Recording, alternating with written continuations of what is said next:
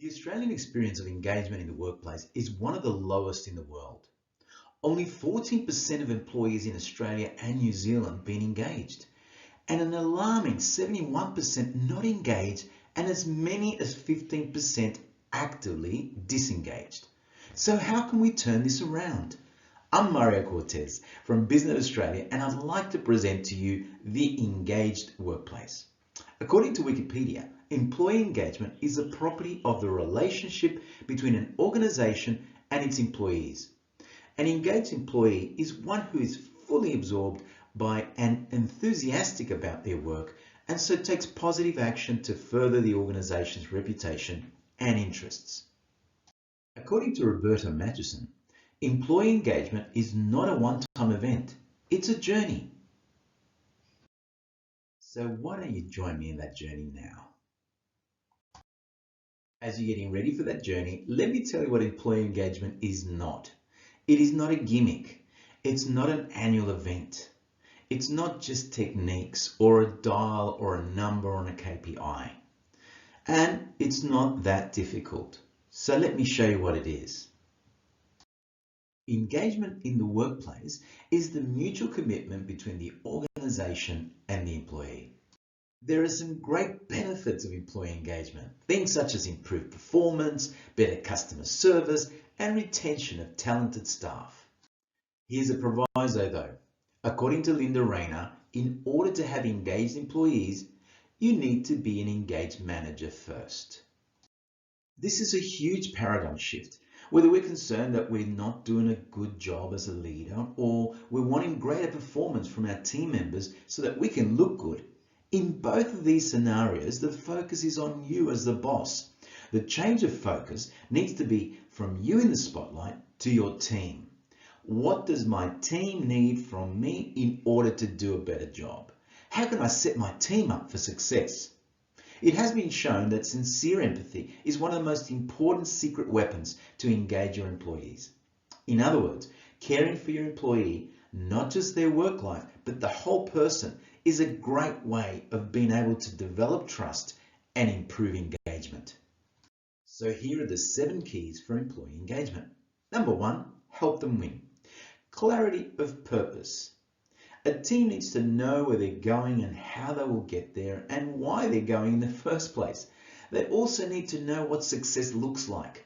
Chris McChesney, in the 4 disciplines of execution, calls it acting on wildly important goals, acting on lead measures, keeping a compelling scoreboard, and having a cadence of accountability. Put simply, you need to have clear goals and expectations. Number 2 is provide professional development. Developing leaders. Whilst leaders tend to focus on their own professional and career development, it's also important for the organization to reward good leadership and to coach them to be more effective. Stephen Covey describes this as sharpening your saw in the book, The 7 Habits of Highly Effective People. Number 3 is communicate effectively. Communication skills are important.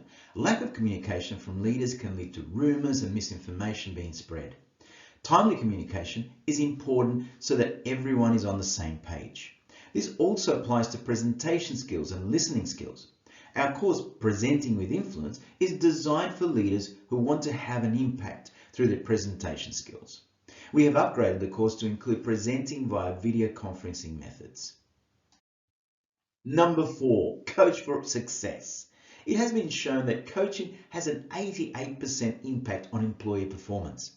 When companies and organizations invest in their people enough to coach them, much like star athletes are coached to be even better, that's when employees feel that they're valued.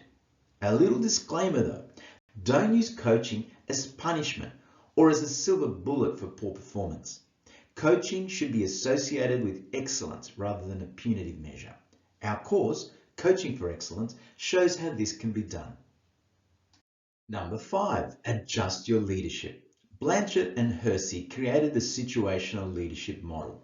Starting from S1 in the bottom right quadrant, the leader directs behavior when the staff member is new and requires more direction. As their skill level grows, the directive behavior decreases. I like to use the seesaw analogy. When trust increases, in other words, it goes up, through the staff members' growing capacity and competence, then control can decrease or go down. Number 6, reward good performance. Reward and recognition plays two very important roles. First, it demonstrates value to the recipient. It tells them that their good work is being noted. This means that good work will then be repeated. What we reward, we get more of. It also lets others know what is important in the organisation. So this lets them know how they too can win. And finally, number 7, build community. Engaging the whole person means that people aren't trapped by the duality of work and life balance. The fact is that we are whole beings with social needs such as the need to belong, to contribute, and to make a difference. These needs can find an outlet within work time. By building culture and community, people will feel safe and secure no matter what is happening in their private lives. Through honesty, which breeds trust, you can build a community of people who value each other and the contribution each one makes towards the organization's ultimate goals.